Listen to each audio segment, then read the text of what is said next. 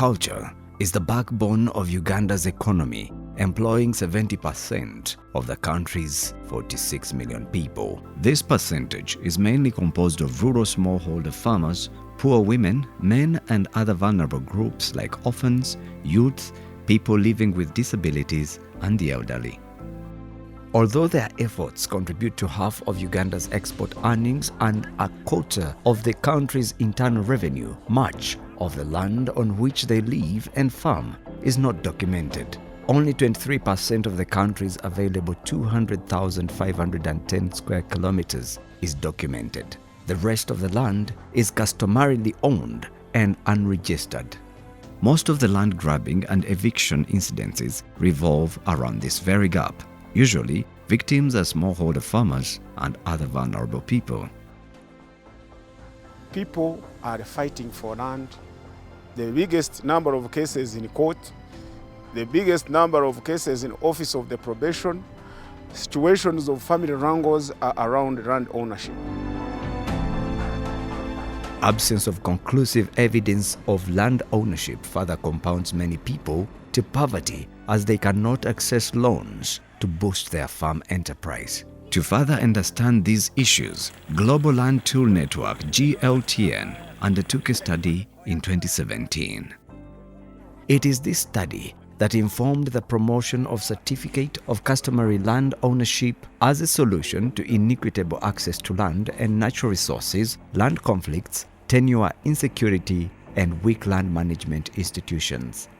This is how GLTN, facilitated by UN Habitat, came up with a secure access to land and resources project in Uganda. The Ministry of Lands, Housing and Urban Development and Makerere University School of Built Environment were also brought on board in 2018 to pilot the customary registration of land in Kisoro, southwestern Uganda, and Adjumani in northwestern Uganda. The process employed Social Tenure Domain Model (STDM), a fit-for-purpose land information tool developed by Global Land Tool Network. Since 2018, the project has registered and processed land certificates of 20,000 households, accounting for 11,000 parcels of land in Adjumani and Kisoro. The second phase of registration and mapping of land is still ongoing in Kisoro's Nyachinama in Murora Sub-County and Pachara in Adjumani. During the mapping process, transparency is of essence. The exercise starts with briefing of the community, the landowners, local council officials, neighbors, as well as area committee members. After this, biodata of applicants, spouses and children is captured and their photographs duly attached to the forms. Today, the Adjumani project team is in Marindi village in Pachara sub-county to map parcels of land, including that of 65-year-old Sarafina. Although Sarafina has walking difficulties, she manages to lead the team to her boundaries. Coordinates are then captured and formal boundaries laid out, much to the satisfaction of the witnesses.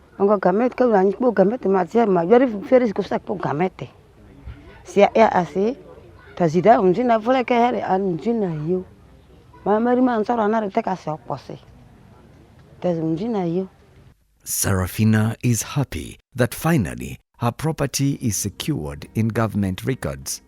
Later, a sketch map is also drawn and attached to the forms, while a digital version is stored in the system. At the end of the exercise, all the participants sign on the document and a group photograph is taken and put on record.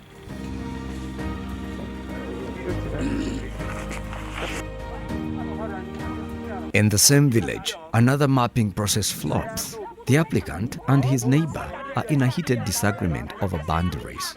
It is such misunderstandings that are forwarded to the Alternative Dispute Resolution Committee. Where one or two parties disagree on if it's between families, we encourage them to first sit and solve their dispute internally.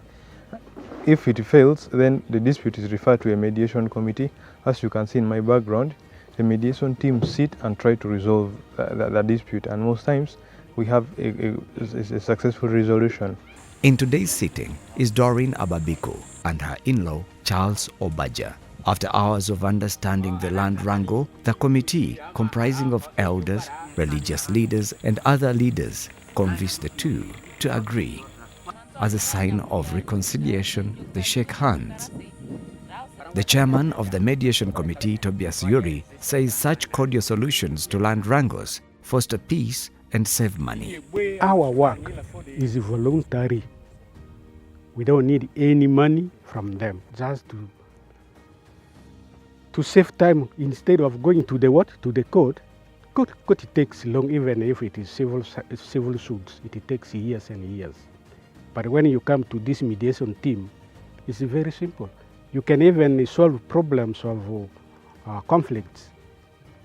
3 or 4 different people in a day. At the end of the exercise, an agreement is signed, marking the end of the conflict as well as agreeing to the new boundaries.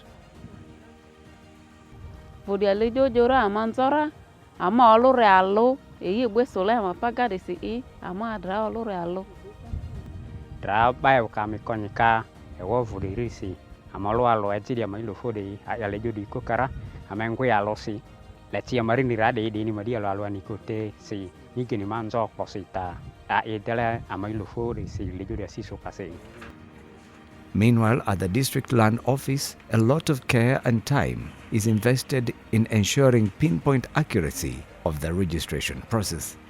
All details on the field land application documents are scrutinized and re-verified by all stakeholders. It is also at this stage that land officials look out for applications that are excluding women. There are women whose names were not included by their husbands in their application forms. So they come complaining that, you see, my husband is registering this land without including my name and even those of my children. So when they come, we don't even request them to write, but we call the husband or the applicant whose name is on the file, and we sort it out there and then, so that we add the name of this lady and her children. So that's how we've been doing those checks. Even when the certificates return, more cross-checking is done to guard against errors that can lead to conflicts. The files are many, we may error. So we continuously keep checking these files to ensure that they are authentic and to ensure that there are no forgeries and the right people get the certificates. On the foothills of Mountain Muhabura is Murora Sub-County. It is one of the sub-counties to map and register customary land after Nyakavande and Muramba. Jackson Bihoreye is one of the beneficiaries. His parcels of land have been processed to get titles. He is happy to see his name attached to his most precious possessions. Today, he is double-checking the forms with a lot of joy. He hopes to pass on the land to his children now that it is secured. N'ubuhere amataka gakaba gine na n'imanza mu koti waba upimishije banayiba bakaguhandikira iyo claim utiriza kugira ngo ibe habemo claim turagumya tubonereje ko mu maka amaka nago gakaba garagumya guhondahondana ko nk'ubutigara hondahondana barabashutamire bemeranyije bamenye ngaha abana bakwatanise n'abavyeyi akataka nakabo. He sees an opportunity to use the certificate to secure loans for his agro-business outlet as well as maintain the land intact for commercial agriculture. Ico twatwine no kutusharasharira amataka turagaga abantu buci buci ko nkubi capi cyo kiratuyambira itaka riragumya riri nkuko riri kandi kirarugamo kitukwasi. One of the challenges we have been having in Kisoro is the subdivision, and of course when you are subdividing the plots, there is that kind of land conflicts. But now, since we have got this certificate of customary ownership and the land has not been subdivided, it is consolidated, I think the issue of land conflicts is going to be minimal, because now they understand one another as a family who are using the same land. With a high fertility rate of an average of 7 children per mother, in Kisoro, the population pressure on land is visible. This has not only caused multiple division of land parcels, but has also led people to encroach on wetlands to grow food. Besides security of people's land, the SALaR project is ensuring that such fragile ecosystems are protected in accordance with Section 44, subsection 4 of the 1998 Land Act. Jonas Ndagizimana has lived and is now aging gracefully in this village in Murora sub-county. Even with walking difficulties, Jonas is determined to make it to his boundaries on clutches. He is relieved that his land is now in national records, a reference point, he says, will always secure his right of ownership that he intends to pass on to his children.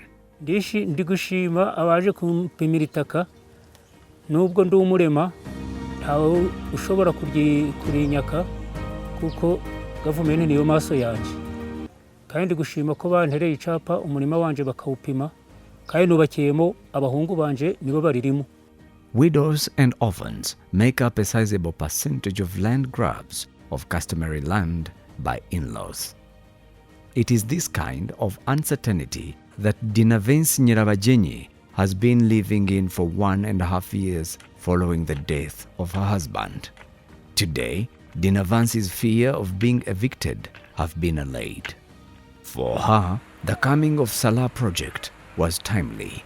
Her land was mapped and her names and photos of her children captured. This land is her only possession on which she grows food for the family.